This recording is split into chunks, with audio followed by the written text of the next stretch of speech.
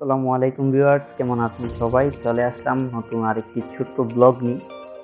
আজকের এই ছোট ব্লগে আপনারা দেখবেন আমি হযরত শাহ সুফি রহমাতুল্লাহ আলাইহির মাজারে কিভাবে গিয়েছি এবং এটা কোন জায়গায়, এই পুরো বিষয়টা জানতে পারবেন আজকের এই ছোট ভিডিও থেকে। তো ভিডিওটা না টেনে শেষ পর্যন্ত দেখবেন। ভিডিওটি যদি ভালো লাগে অবশ্যই লাইক, কমেন্ট, শেয়ার করে দিবেন।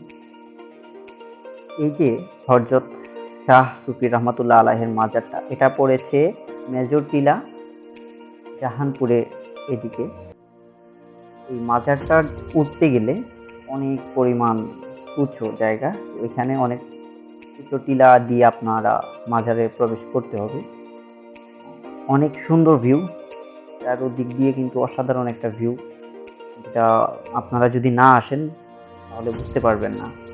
তারপরেও আমি চেষ্টা করতেছি আপনাদেরকে দেখানোর জন্য কত সুন্দর ভিউ চারদিক দিয়ে। ভিডিওটি যদি ভালো লাগে অবশ্যই লাইক, কমেন্ট, শেয়ার করবেন। ভিডিওটা কেমন হয়েছে সেটা অবশ্যই কমেন্টে জানাবেন।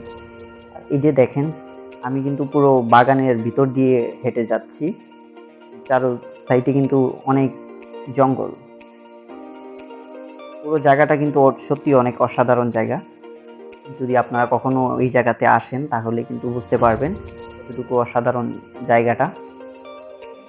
এই যে রাস্তার ভিউটা দেখেন আপনারা, কতটা সুন্দর ভিউ। রাস্তা কিন্তু অনেক সুন্দর। এখানে আরেকটা জিনিস, আপনারা যখন যাবেন অবশ্যই সঙ্গে কাউকে নিয়ে যাবেন, কারণ এই জায়গাটা একেবারে নির্জন একটা জায়গা। আপনারা হয়তোবা প্রথম গেলে ভয় পাইতে পারেন। রাস্তাগুলা কিন্তু অনেক চিপা-চাপা দিয়ে, টিলার উপরে তো অনেক চিপা-চাপা, পড়ে যাওয়ার সম্ভাবনা বেশিই থাকে। এই যে দেখেন রাস্তাগুলা, ধারগুলা কেটে তারপর কিন্তু রাস্তা বের করা হয়েছে। তাহলে অবশ্যই আপনারা যদি যান এখানে কোনোদিন, অবশ্যই আপনাদের সাথে কাউকে নিবেন যারা সিলেটের স্থানীয়।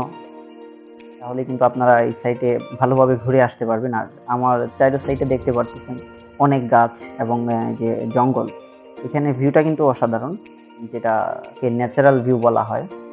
আপনারা যদি কখনো ওই জায়গাতে যান তাহলে কিন্তু দেখতে পারবেন আমি সত্য বলতেছি নাকি মিথ্যা বলতেছি। সত্যি খুব অসাধারণ একটি জায়গা। আর এই যে দেখেন রাস্তাগুলো কিন্তু মাটি। বৃষ্টির দিনে কেউ যাবেন না, অনেকটা স্লিপ করতে পারে। বৃষ্টি ছাড়া শীতের দিনে গেলে আরো বেশি ভালো হবে, কারণ আপনারা তখন সব দিক দিয়ে ঘুরে দেখতে পারবেন।